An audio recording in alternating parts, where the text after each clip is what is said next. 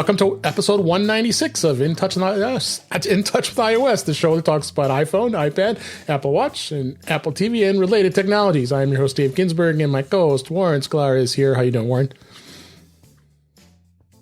Easy for you to say. Yeah, I'm good. Tongue tied. Yeah, no, it's a two podcasts and normally the wife is still away. She doesn't get back until a week from tomorrow. More podcasting for you. You should see me next week. Yeah, more pod. Literally, it's just I'm home alone with the dog. It's just nice to talk to humans. So there you go.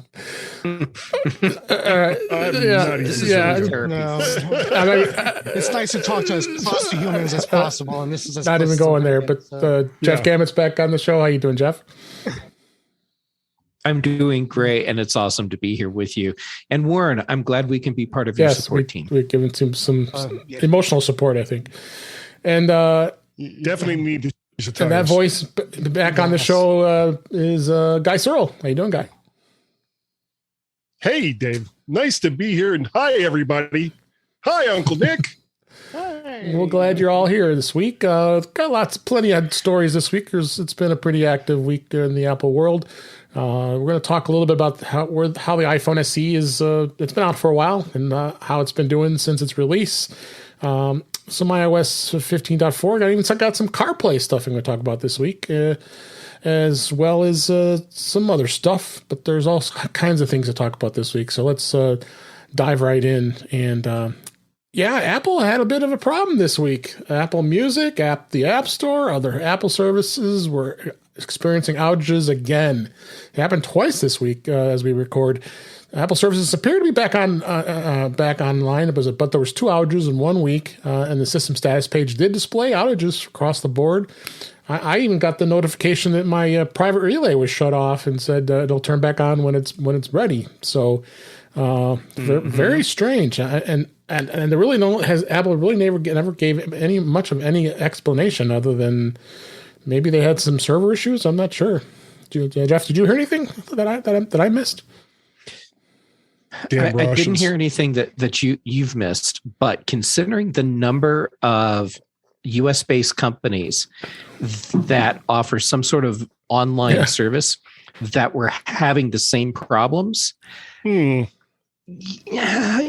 don't want to say it's aliens, but I don't want to say that it's cyber warfare happening, but you gotta kind of wonder, especially with what's going on in Ukraine right now, Russia.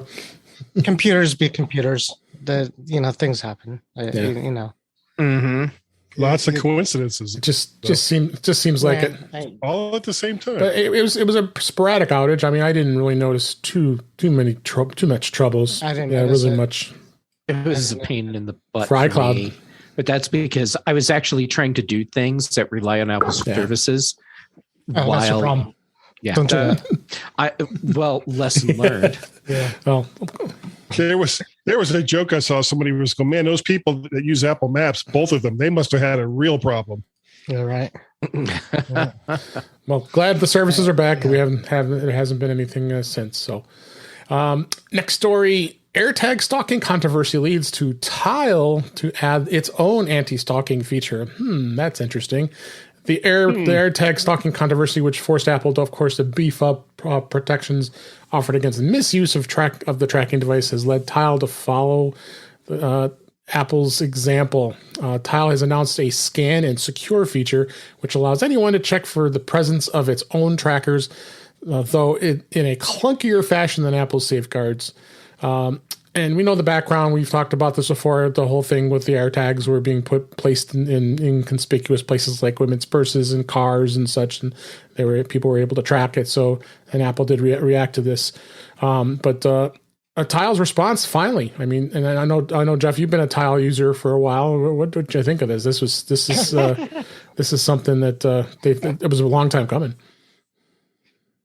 It was a long time coming, and I cannot say good for you, Tile, for finally doing the right thing, because they had no intention of ever doing the right thing, except that someone finally realized, I'm assuming, that with all the focus on Apple and AirTags, that eventually enough people were going to be doing like I was doing and calling out Tile, that it was going to be a problem for them.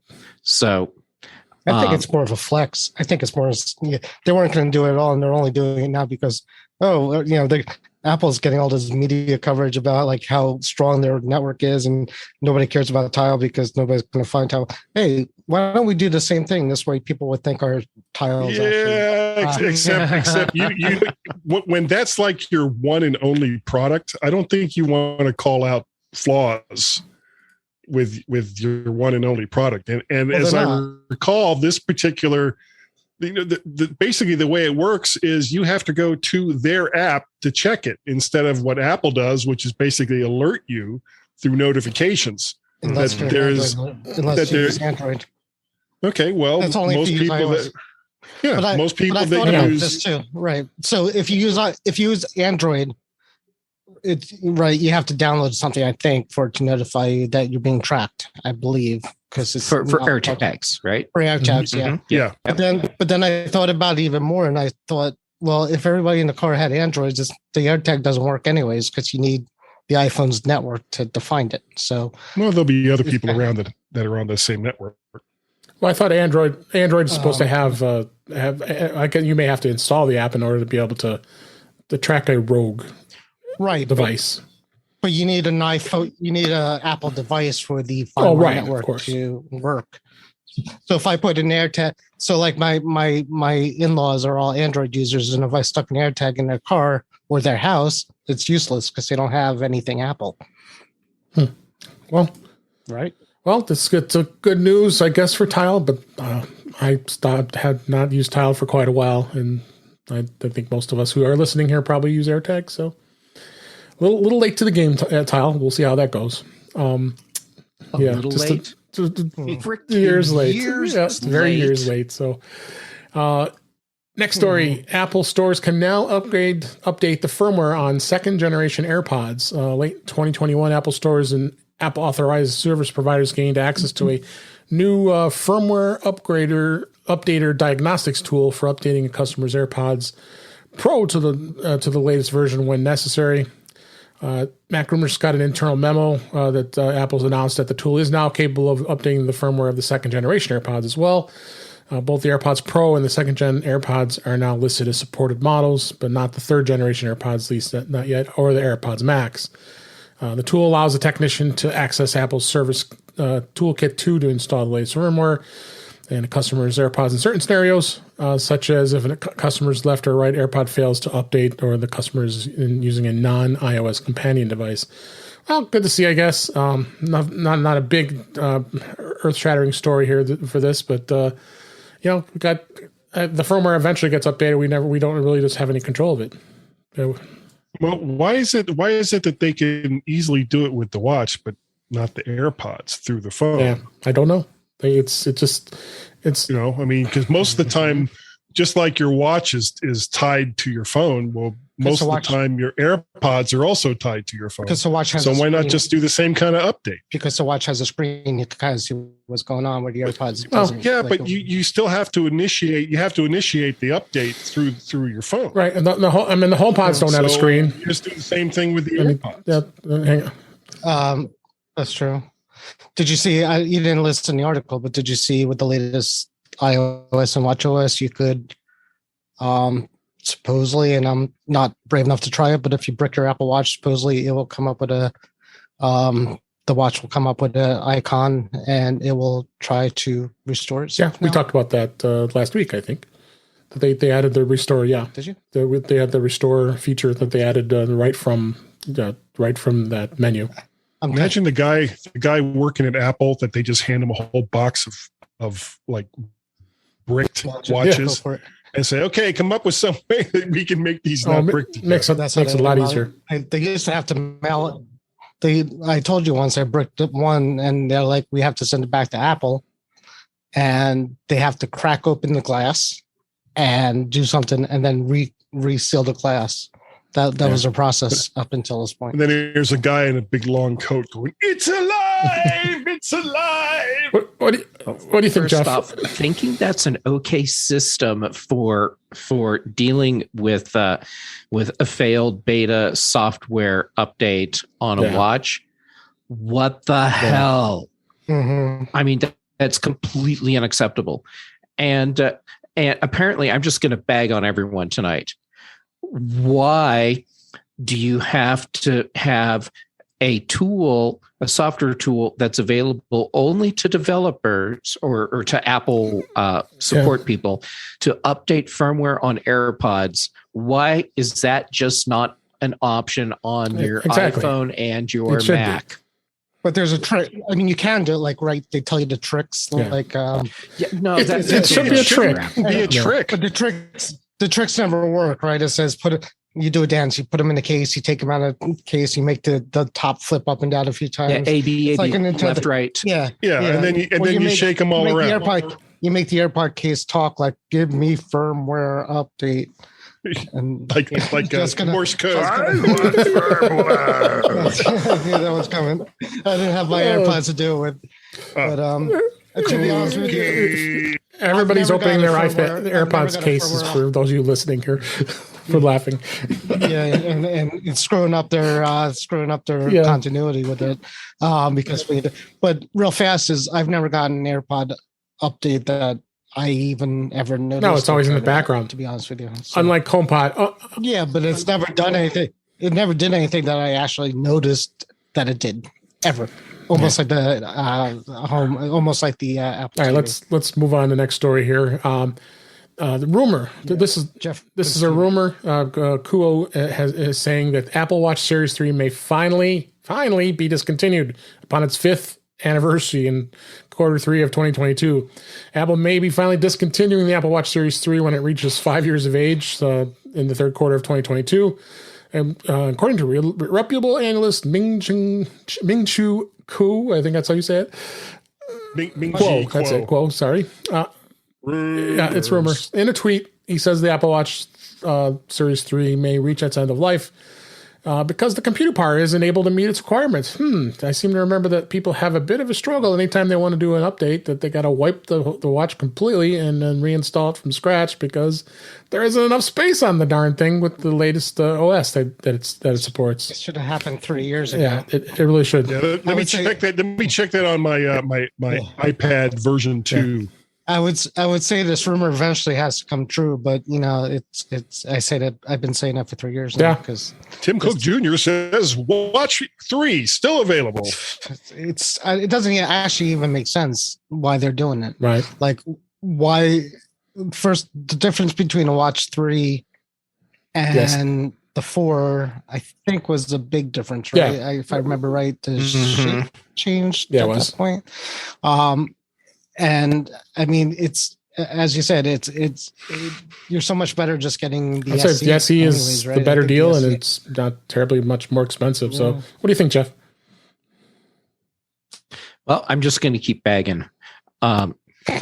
So first, why does everyone think Ming-Chi Kuo is some sort of soothsayer wizard? He gets so much wrong. So much press. He gets not like so Mark much Gurman. press. He gets so But I much could press. come up with this rumor too. Yeah, I could come up with this rumor too. You could. Eventually, Nobody holds any of these analysts' feet to the fire. Eventually, the Apple wrong. Watch 6 will be discontinued too, and probably the 7. What? No. You heard it here first. heard it Warren here has first. the Yeah, he inside does. scoop. Yep. But seriously, why is the Apple Watch 3 still available? I just don't get it. And Warren, you nailed it. It should have been gone years ago. 2 years. I'm surprised. Three Every year tops. They look around. Yeah. So, see what happens. They must have like it must be a supply. I mean, honestly, they must have like a surplus of it somewhere. 'Cause I can't imagine they're like. We can't get rid of the damn things. You think they're making more of them? I think they're making more. The cost for Apple to make an Apple Watch 3 is so low now because they have recouped all the expenses that they incurred developing the model. So it's a super cheap product for them to make. And apparently enough people have been buying them that it's been worth it to continue making them. But then that's doing a disservice to Apple customers that are buying this because they're buying an outdated, hobbled product at this point. All right. Right. Soon to be in boxes of Cracker Jacks. All right. Yeah. I don't even see it on the to buy it though. Wait. All right. Well, let's go ahead and move on. It's it starts at one. It starts at $199 is what it starts at, which is crazy. And a slap in the face. And you're crazy to buy. Next story. Some iPad Air 5 users are complaining about creaking and build quality downgrade. Some 5th generation iPad Air users are complaining about a purported downgrade in build quality. According to some sources on social media, complaints are claim that the iPad Air has a noticeably thinner aluminum enclosure, resulting in creaking, a hollow sensation in the hand, and light pressure on the back of the device, warping the display. You're seeing a lot of the posts like this. Like you can do with every single iPad Apple has ever made. Squeeze it, and you can get the display to distort. Come on, Jeff. You're ragging on everything so far. Let's continue this on. Let's go. All right. This is crazy. Please, go ahead, Jeff. People. Yeah. I don't think there's any problem with the iPad Air 5. And there are enough of these produced that you are going to get a few that get out in the wild that have a build quality problem. And that's going to be the exception, not the rule. And if you really want to have a tablet device to complain about, go ahead and buy an Amazon Fire with its plastic body.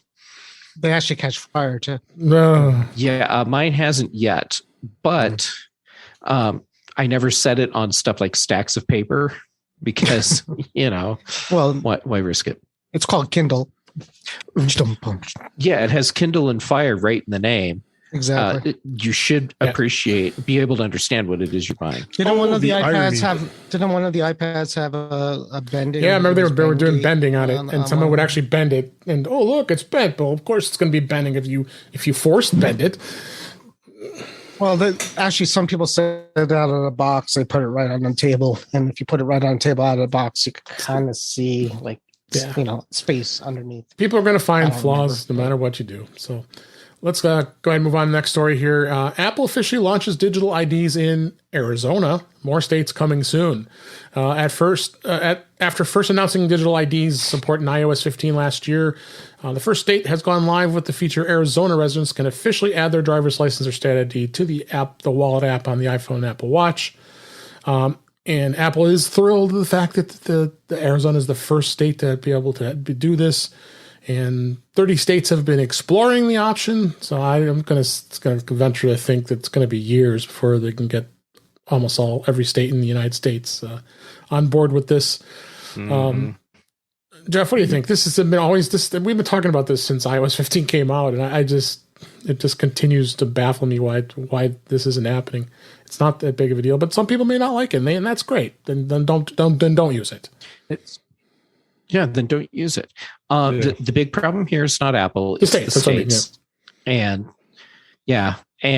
it's frustrating because each state does its own thing, and like here in Colorado, they poured I don't know how much money, but an ungodly sum of money into some company that made the crappiest Electron app or something like that for the state mobile ID app, and it's garbage. I mean, it just sucks ass. It's that bad.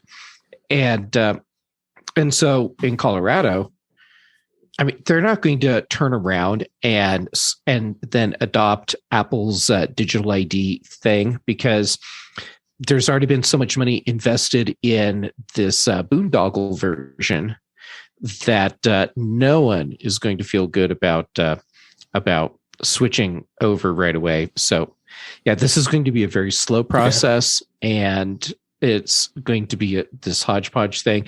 And don't forget, just because a state says we're adopting it does not mean that every jurisdiction within the state will be able to use it. County by county. I'm sure it'll happen right after Kazakhstan has it. Yeah, probably. All right. I mean, the smaller countries could do it better. Like my son lived in Dublin, and during COVID, they actually, have their everything on digital because it's small and they could do it. The America, which is what they should have done in the beginning. Right here. But the problem, even with driver's license here, is we're big. We got states, and honestly, technology doesn't. This kind of technology might not last as long as it takes for this to be implemented everywhere. So, we're talking.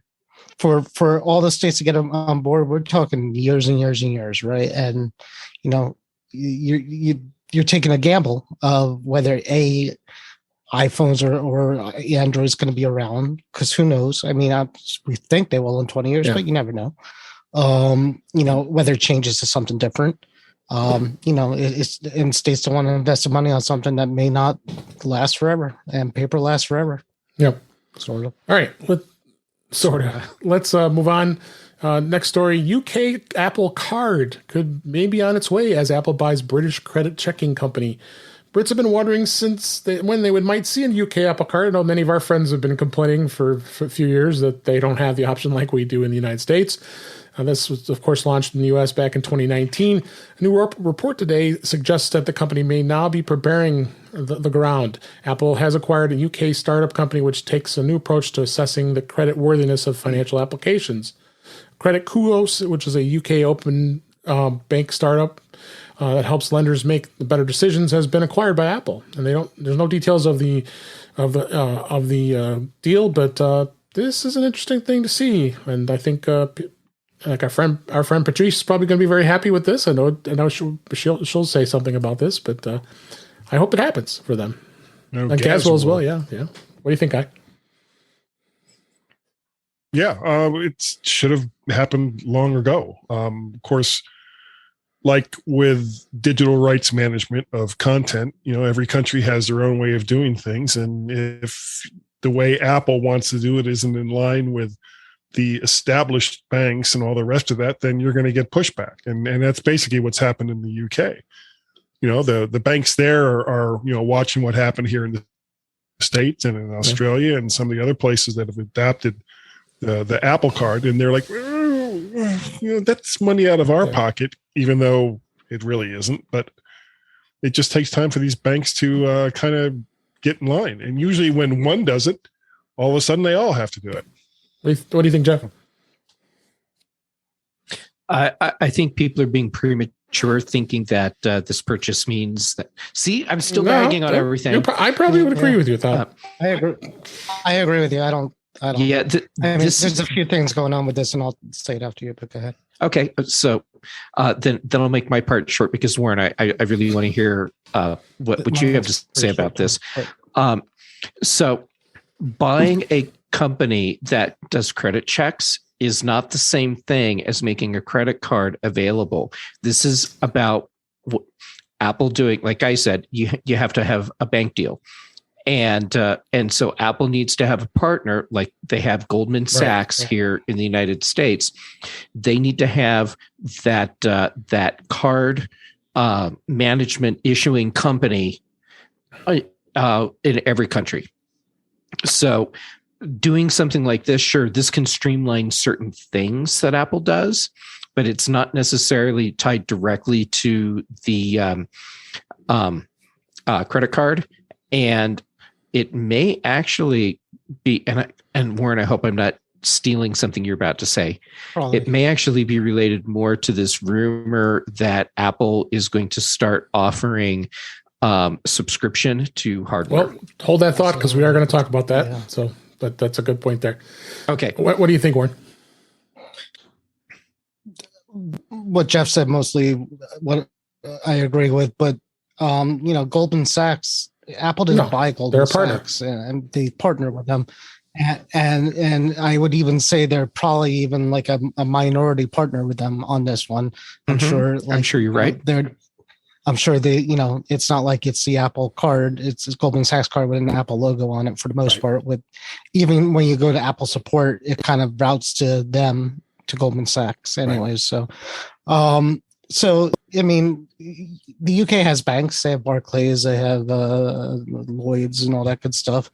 And, look, to be honest with you, I think America's credit cards, from what I remember, does more of this kind of like rewards and Whereas cashback UK and things doesn't. like that. Because I don't really remember UK doesn't really do that as much. Of course, they also don't have like the same kind of interest rates we do there, and there's a bunch of differences between the credit cards here and there. But yeah, I you know, I know if you live in the UK and you want to buy something on a credit card, you could do it right now when you don't need the Apple Card to do it. So all right, well, see what happens. Next story. This is interesting. Twitter for iOS now lets you easily create GIFs or GIFs using your iPhone camera. Twitter announced it's launching a new way for users to post their own GIFs by creating them within the in-app camera on iOS devices. According to a Twitter support account, more than just sharing GIFs, the iPhone can now create their own animated images with the app following these simple steps. You go in and select the camera icon and go into creating a new tweet, and then you share it with your followers. That's kind of cool. See that Twitter is actually going to go through and add. They seem like they're adding more features to the iOS app. What do you think, Warren? I don't tweet, so okay. Yeah, I think this is more along the lines of trying to recapture some of the market share that they've lost because of TikTok. Sure. Yeah, I don't know. I check Twitter once in a while, but so I wouldn't even know. But I wonder if you could create a GIF using your camera and use it elsewhere, because that would kind of be neat too. I would think you could probably save the file. Twitter. So, did you have thoughts, Jeff? Meh. Okay. we already have Jiffy and Skippy. several other services, and yeah. So okay, that's great. Whatever. Good to move on here. This story is about the TSA traveling in the airports. TSA is now going to allow some passengers to use their iPhone to get through security. This option is currently available for pre-check flyers at the Phoenix airport, but they're planning for rapid expansion in other states in the United States. Going through airport security is about to get a little more streamlined thanks to a new partnership between Apple and the TSA. On Wednesday, as we record this week, two organizations rolled out technology that allows some flyers to upload their state-issued ID to their Apple Wallet app. So that's why it's at Phoenix Airport, because we just talked about this. So not only are you going to get your ID in here, you're going to have your TSA pre-check as part of your wallet as well. So this is this could accelerate things, but then again. So just to make things clear, this isn't like walking through a line and beating on people with your phone until you get past them. No, but I don't understand, because you could do this now anyways. You could. I do this now at security as it is. You still need your driver's license or an ID, but other than that, you take your phone or your watch and you put it on their little pad, and it works with the wallet app and the ticketing your app. So yeah, I can't see how it's going to make that much of a difference. What's going to be different? Just the fact that you have your. Well, they're saying here. What's different is that you won't have to pull out your physical ID. Right. So. You got to show them a ticket, and you're going to have to just swipe between different apps. Well, the ticket's on your phone, so if it's on the same app, and I'll be honest with you too, having to go in and get my wallet sometimes when I'm going through security, when I have everything on my phone and watch, is a pain. Well, too, it's not, because you got bags and you got things like another caveat it mentions here in the article. It says to verify their identity, users will also be required to take and upload a selfie as an additional fraud prevention step. User will be also prompted to complete a series of facial and head movements during the setup process on your iPhone before you set it up. So that sounds like fun. Well, they're doing that with the you're doing global entry now. It does the same thing. Global entry is crazy. I don't know who's done that recently, but if you go through now with global entry, you don't even have to you walk up to the machine and says, "Hi, Warren," and how do you know? It literally looks at your face and it knows. It's scary. It says, "I'm sorry, Warren. I can't do that. I can't let you back in America. Go back to where you came from." I think the headline for that article should actually be TSA allowing Arizona residents to use their iPhone to get through security at the Phoenix airport, because that's all It's this just Arizona. is. All right. It's just Arizona. Let's go ahead and move on here. This story: Apple makes an extra $6.57 billion by no longer providing chargers and earphones with new iPhones. Apple has made an estimated $6.57 billion by no longer providing these devices in the iPhones. It was, of course, according to an analyst. So you got to take it with a grain of salt here. And since 2020, Apple has charged $20 for a new plug or earphones, and of course, critics are there. That Apple isn't passing on the savings, so they believe that Apple is making big money for this, and I just find this hard to believe. Don't you think, Jeff?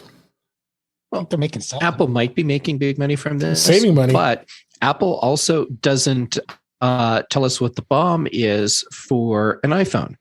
So we don't know what it's actually costing them. It may be that when they pulled the chargers out and the earpods out, that that allowed them to keep the phones at the same price they were instead of raising the price. I mean, we don't know. Well, and to keep their same margins, kind of thing. Yeah, right. Yeah, keep their same margins. And for people that don't know what BOM means, it's bill of materials. Yep.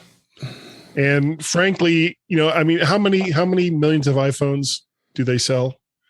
To sit there and say, well, just because Apple charges $20 for a charger and X amount of dollars for earphones doesn't mean that by not including them, that they're making that amount of money. I mean, the cost of making earbuds could be measured in pennies as compared to what it costs them to just go ahead and include it. I looking at what I've gotten from Apple in the past as far as chargers and earpods and all the rest of that goes. I can't imagine it cost Apple more than $2 for those things. So, they're not making, $6.5 billion extra by not including them. That's a ridiculous number. I have like 5 unopened ones. I should sell them. You should. You could make a lot of money off that based on almost $6.5 billion. That's why. Yeah, they didn't give me the All right, let's go ahead and move on to the topics this week. Beta this week. What's beta? There is no beta. No beta. I said I put in the notes here. Warren is really going through withdrawal. There is no beta for Mac. There's no beta for iOS. There's no beta for iPad OS or Watch OS. What are you going to do, Warren? No beta. I've never seen them go this long without the next version of beta. Usually would have been on Tuesday. They would have released it. Usually or Wednesday. Usually what they do is they'll release it, and then I get all proud of myself by getting on the release software, and I'm all happy and everything's good. And then they come out with the beta the next day. They're like, oh well, that lasted a day. But Tuesday maybe. I don't know. I'd be surprised they go 2 full weeks without having at least some sort of next version. Yeah, you beta, you bet. Yep. If they go much longer, Warren's going to be on shows like, I need a beta fix. I need a beta fix. Hold on, checking. My phone is acting crappier than it does as normal. It's actually running worse without the beta. My phone's been so used to having beta on it. It's revolting against it. All right, let's move on. And not much else to say about beta, but maybe Warren will have something to talk about next week. You don't know. Well, there's nothing. Stay tuned. Next week, maybe. So let's talk about the iPhone SE a bit. We've been talking about it for the last few weeks. It just it came out this year, a couple of weeks ago, and to date, let's go through the kind of the history of the SE. And I know, Guy, you have the iPhone SE. You have the second gen. Not the third gen. Oh, that's right. No, you have the. Yeah, your wife does. I'm sorry. Yeah, that's right. You have the 13 now. So the SE came out in 2016, and that was a pretty good phone. That was real small, and for people who like the small size. I remember you had that one. And then the second gen was released in 2020. Added 4G, and decent phone, but battery life was not so great.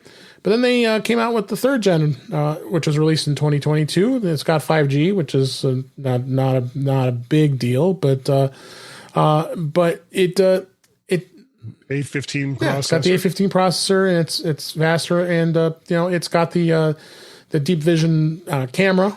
So that's a good thing as well. So you got some good quality camera for $429. I mean, yeah, you don't have to spend the big dough on that as well.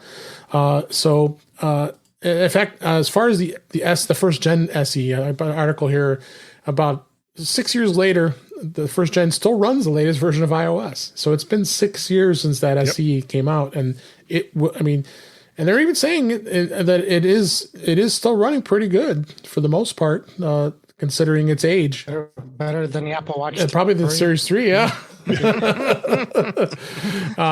So iOS 15 is running on that phone. I mean, I would probably venture to say when iOS 16 comes, I would bet to say this might be long in the tooth and may go end of life. But the Deep Fusion camera, which is pretty generous considering, like you said, it's got the A15 processor, and I think it really is a decent iPhone for entry level, somebody who wants just a basic iPhone and get into it.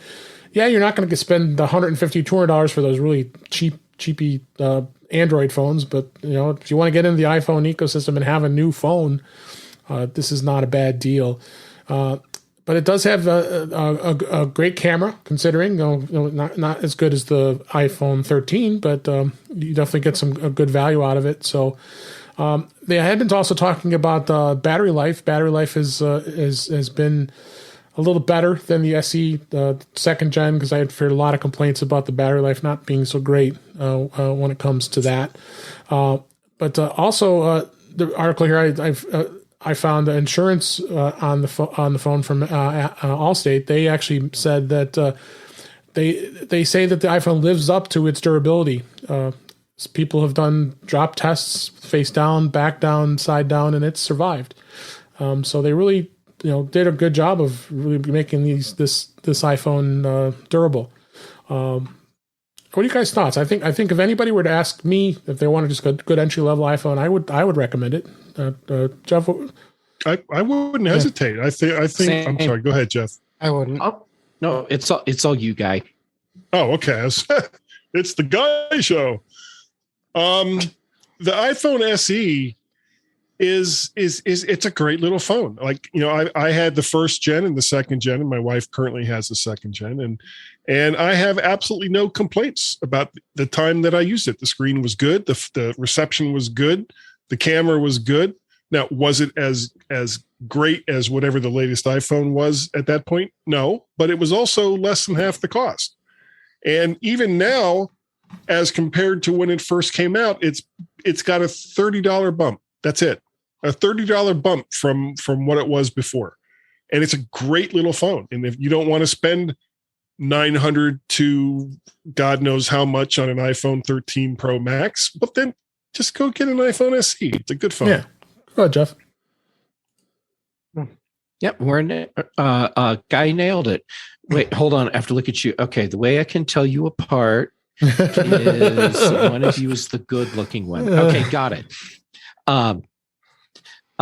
Yeah, Guy nailed it. It's a great little phone, and it's a product that a lot of people, I think, forget has a lot of value for Apple outside the United States, because there's a lot of markets where a less expensive iPhone is really important. So, it's a great product, and I wouldn't hesitate to recommend it to someone unless they said they needed the latest, greatest, best cameras that they could get on a smartphone. And then they're going to spend a lot more money. And then it sounds like, Warren, you would not recommend it. I would not. I would tell them to go with like a regular 12, which is probably around close to the same price at this point. I've seen it on sale. Or even a mini. Just the screen. The screen is what would bother me, I think, mostly of it. It's compared to the Face ID screens. It's different and better. Well, a lot of people still like Touch ID. No, it's not the it's not the Touch ID. It's the actual the resolution. The screen resolution. The 12 and the 13 use OLED, right? Pretty much at this point. Yeah, I think What's the screen time?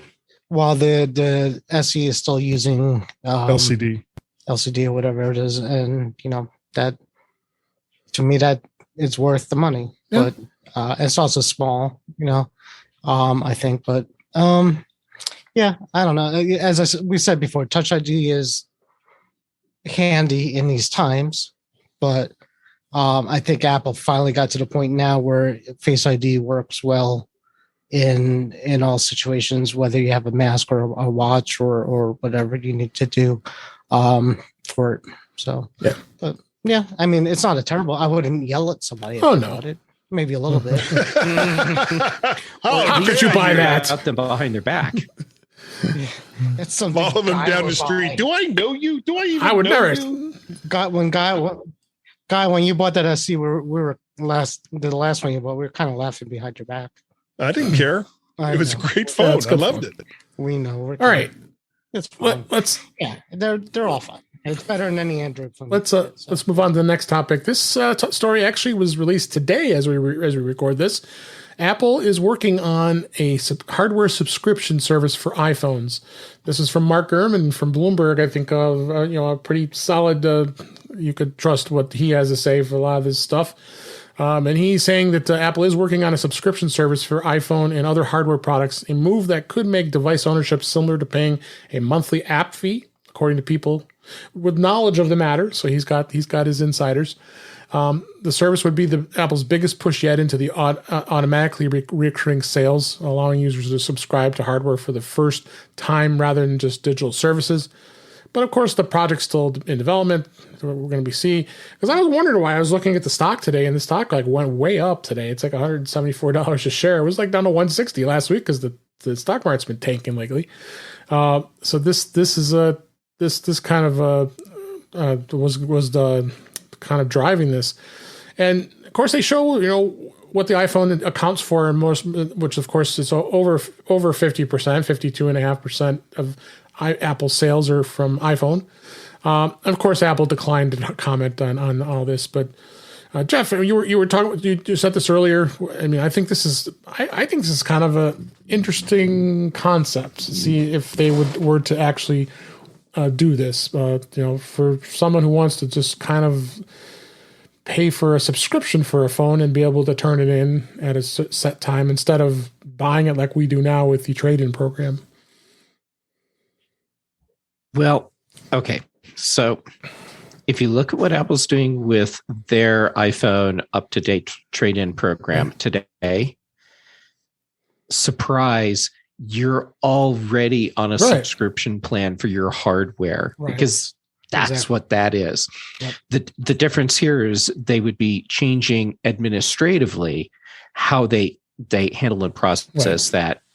And then, as Mark Gurman is claiming, then they would start adding an additional hardware product. So, maybe you get a subscription for Mac Mini or MacBook Pro or whatever. It seems like a reasonable business move, especially for products that people want to always have the latest and greatest. And an iPhone's definitely following that. If you are someone that's in a business where you need to have the latest hardware to be able to do your job well, okay, there's already companies that are doing leasing programs for the hardware. So why shouldn't Apple be getting in on that too? Absolutely.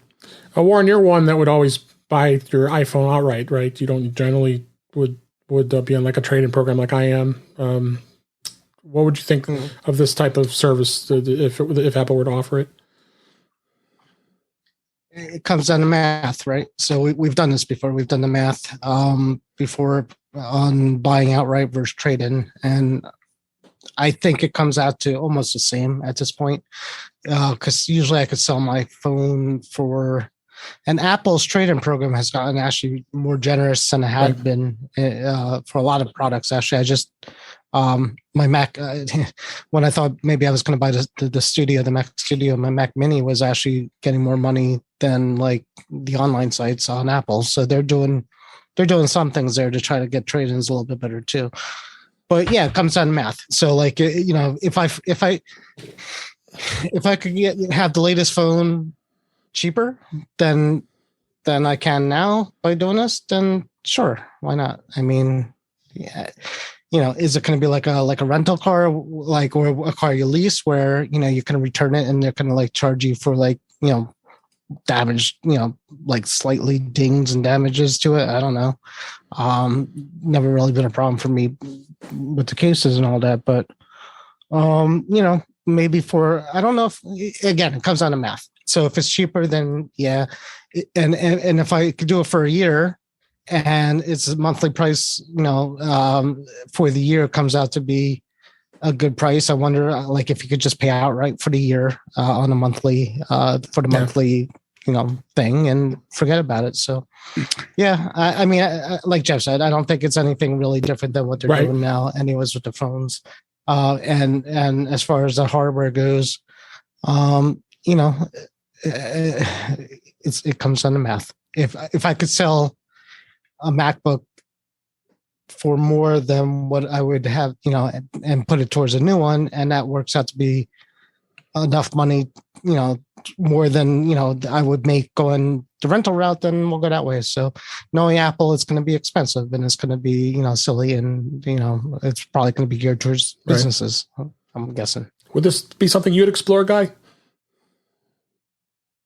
Probably not. I usually keep my phones for 2 to 3 years. So, you know, I can't see. And plus, honestly, the whole, you know, unless you have a real need to get a new phone every year, to me, it just seems a little wasteful. But what about a microphone program?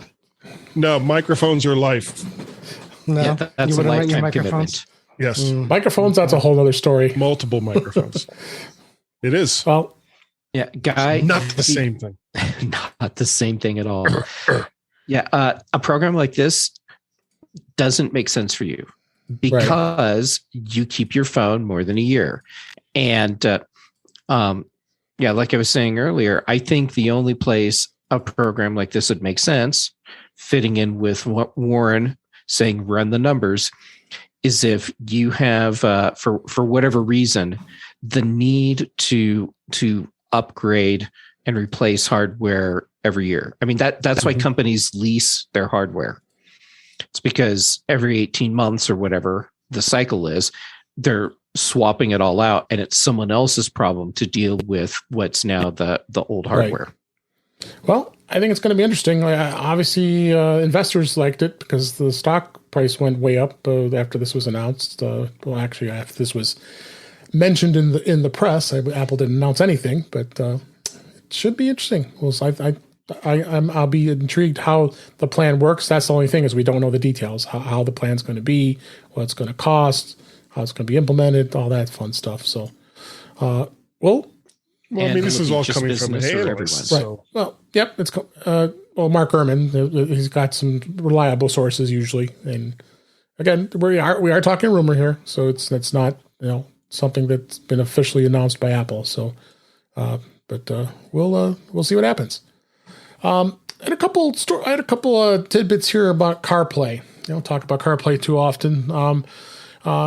This one article I found in Make Use Of actually has a cool list of what car manufacturers actually offer Apple CarPlay. Most car manufacturers these days are offering it, and they actually have a pretty long, comprehensive list in here.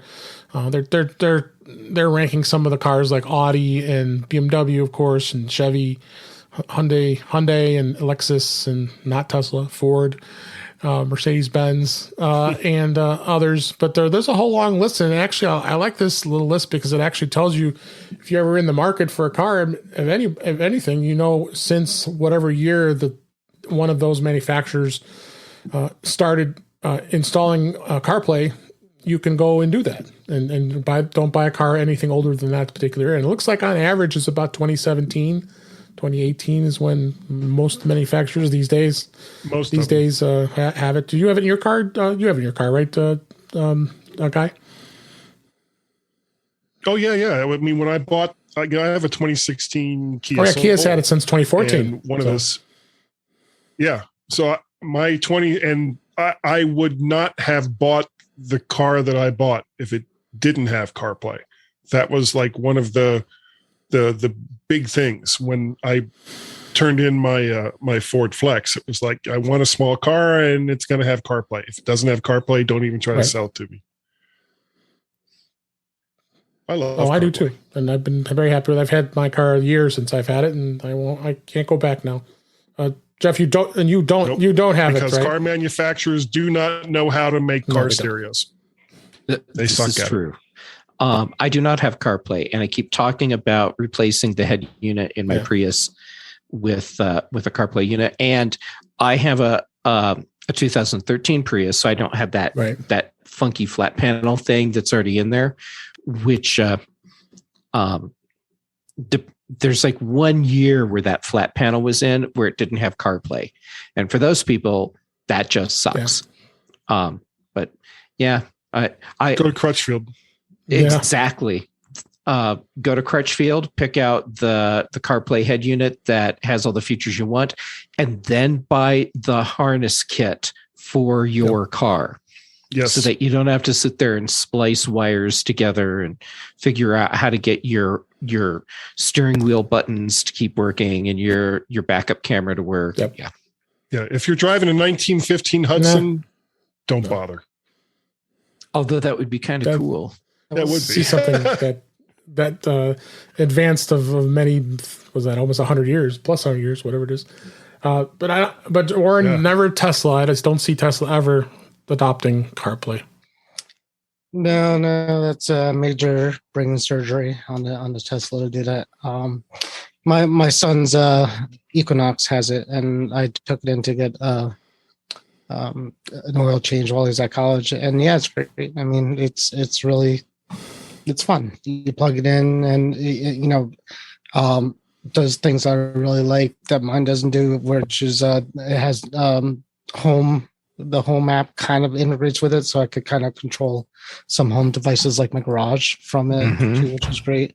And there's just neat things that pop in here and there that it does. So I mean, again, Tesla's system's pretty good too. So I mean, it's I'm not crying over it. Well, they have actually very, very good reasons why. Yeah, we talked about they don't this, offer CarPlay. There's limited things you could do with it as far as it goes, because the navigation is so tied into the system. But I mean, the one thing I really use all the time on my Tesla that CarPlay does on its own is you could look up an address on your phone and then plug it into your CarPlay, and now you have the map up and ready to go on the way out the door, which is great. Tesla has it works with the share too. So if I open up Apple Maps and I put an address in there, you can hit the button. There's a share button. You can share different apps, and you can share it to a Tesla app, and it'll send it to my navigation system. So it's waiting for me there too. So that's kind of what I really liked about CarPlay, and my Tesla sort of does it that way too. Yep. So. Yeah, I mean, I have nothing bad to say about CarPlay. Yeah, it is great. And then let's move on to another topic here. Apple actually responded to battery life issues on iOS 15.4. I was shocked. They actually used Twitter, because they are pretty active on Twitter using Apple support, and they actually did respond to somebody who's saying, "Oh, my battery has been draining fast after the install." And then Apple came back and says, "Thanks for reaching out. We'll be happy to help," like they always say. But it's normal for your apps and features to need to adjust up to 48 hours after an update. I have never heard them say that before. But if you have more problems, reach out and we'll see what we can do to help you. That's always been true. I mean, that's always true. After every update of iOS and even macOS, the battery and the processor goes crazy while it indexes. It's always been like that until it finishes the index. So, what do you think, guys? Is that do you agree with that? Yeah, I mean, it makes sense because it's got to basically, once you get a major update like that, it's shuffling stuff around, and depending on how many apps you have and whatever other content you may have on your phone, it's going to take a little time, and it's going to use more battery life in the meantime. Yeah, absolutely. And then I wanted to give one thing that was discovered since iOS 15.4 has come out, and I did know about this feature, but this is interesting. And Apple has a video on their support page on YouTube, how to scan text into Notes. And it is so cool, the fact that you can just open up the Notes app, press the text scan, and it will just immediately scan all that written text right into the note and convert it. I mean, I think this is probably even more improved than I've ever seen since they added live text as a feature in Notes, and it just makes me want. I already use Notes so much, and I'm sure most of us here do, that I want to use it even more because it's just so convenient and so easy to use with this kind of stuff. Have you tried that, Jeff? I didn't. I hadn't realized how much they've improved it. I am not a Notes user. Oh, really? Okay. All. I use it to test a new feature when Apple announces it, and then never go back. I use Notability instead.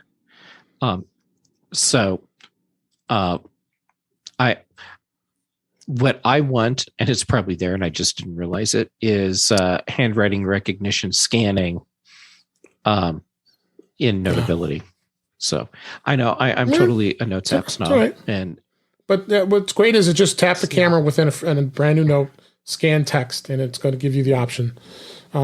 Guy, do you use Note? You don't use Notes app? Do you not? Or no, I do use Notes app. As a matter of fact, I didn't even know about that feature. I just tried it. It is really cool. So it works really well. So, I mean, they've pretty much Sherlocked any of these live text apps that were out there. I might as well just delete whatever I have on my iPhone now for one I think I paid for a while back. Do you use this? There's no way it's going to understand my handwriting. I got to test it. I don't even understand what I wrote. There's no way Apple's going to figure it out. You must be a doctor. So check out that feature. We have a link in the show notes with that article about this. So got a tip and 2 app updates. This tip here, this is actually how do you get 4 terabytes of iCloud storage using the Apple One bundle? If you're a power user, you need more data because sometimes families have a lot of data. 2 terabytes may not be enough. I find it hard to believe sometimes, but what you can do is you actually subscribe to the Apple One bundle, which I do, and I believe Warren does as well. I think a few of us do. And then what you do is you go into the storage plan, and then you add the additional 2 terabytes for another $10 a month. So we'll bring your plan up to $39.94 a month, and then you will have a total of 4 terabytes of data. I don't know if you need that much, but there are families out there that have thousands upon thousands of photos, and it eats up your storage pretty quickly.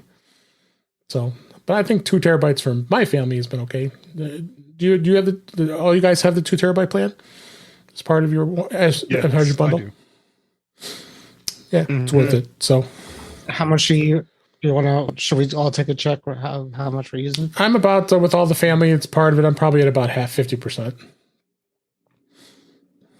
Yeah, mine's loading now. My storage verification. See, my phone is like broken with the real version of this, but betas. Yeah. It's all that beta. 2 app updates I wanted to mention. VLC, which is a great, awesome media player across all platforms, and the Mac and iOS and iPad OS. They added, and for Apple TV as well, they added a revamped video player, dark mode, and some other new features that also allowing to be able to support NFS and SFTP network shares. So you can even go even more with sharing of videos over a network, which is awesome. I mean, I think VLC, being the open source it is, allows you to really do a great thing, and then fix some bugs. But check it out, VLC for iOS, and it's also available for iPad OS and for Apple TV as well. You guys, I assume you guys use that. I think it's a great app. It really is. Yeah, it's a super handy app. And then lastly, I wanted to talk a little bit about Shazam. Apple continues to enhance Shazam's features for checking for music. What they've done is they've added an upgrade with new concert and tour info. And what it does is what it includes is the capabilities of being able to look for any tour info and for concerts that are coming up on a particular artist. So you even have that in there. It's called, it's actually a new feature. They're calling it the secret sauce. It's in partnership with Bands in Town, a platform like Eventbrite, expressly for discovering live music events. Nothing special you have to do to make it work. It's just simply search for a song if you would, and then Shazam will listen to it, and then you'll see a list of relevant information for tour dates, tickets, all that fun stuff. As long as it isn't Ticketmaster. Yeah, unfortunately, they're still there. So, that was the last tip here, and let's go ahead and wrap things up for this week. That was a great show. That's a wrap for this week. Please send your comments, questions, and suggestions to our email address, feedback@intouchwithios.com. You can follow us on Twitter @intouchwithios. Support the show. Buy me a coffee at intouchwithios.com/coffee. We would really appreciate it. Make sure you like, share, and subscribe so you are notified when we are live streaming on our YouTube channel at youtube.com/DaveG65. You can also watch past shows and listen to past shows. Visit In Touch with iOS magazine on Flipboard, where many of the topics we discussed, in fact, most of the articles we talked about today are flipped into that, and you can check that out for all the articles that we talked about this past week and many other weeks. You can also subscribe in your favorite podcatcher, including Apple Podcasts and many others. But better yet, go to our website at intouchwithios.com, where all the links to all the ways to listen to us are there. I am Dave Ginsburg, and you can find me on Twitter at DaveG65. Thanks, Jeff Gamet, for being here. Where can people find you? Oh, thanks for having me back yet again. People can find me on Twitter and Instagram, JGamet on both. YouTube.com/JGamet for my videos. Here on most Thursday evenings now with you and Warren, and most Tuesday evenings with Chuck Joyner on Mac Voices Live. Brian Chaffin and I, we have teamed back up again, and we have taken over Apple Context Machine and turned it into our own thing. So it's now the Context Machine. So we have a new episode that will be coming out within hours, within a day, soon, very, very soon. Great. Thanks again. And Guy Serle, glad you were here. Tell us where everybody can find you. Thanks. It was nice to be had.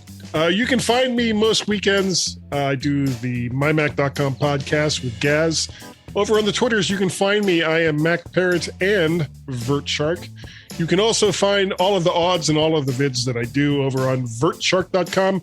And if you go on over to the YouTube channel, just look up VertShark and then like, share, subscribe. Do all those things that you want to do. What else? I think, there's Guy's Daily Drive, where I drive in a car and talk and record live, which is really weird. But thanks for having me, Dave. Thanks for being here. And Warren Sklar, thanks for being here. Where can people find you? You can send me an animated GIF on Twitter. You'll never see it. To do that. I'll never see it. Right. Do you even have a Twitter handle at all? I think I do. If he ever goes into his account, he sees how many times I share his name. Warren, where the hell are you? Doesn't even follow me either. I don't follow anybody. Once in a while, I'll see a link and somebody puts a Twitter. Somebody will put a Twitter link, and I have a Twitter account, so I can see the link, what they're talking about, and then I feel dirty opening up Twitter at the points. But anyhow, it was nice to see Guy and Jeff Underpants again. Not to be confused with the other Jeff. And Back to the Future. Even Back to the Future. It's a lot easier when you have one Jeff, by the way. It is. It is. Very much so. It is. All right. Thanks so much. And thanks everybody for listening. We hope you enjoyed the show, and we'll talk again soon.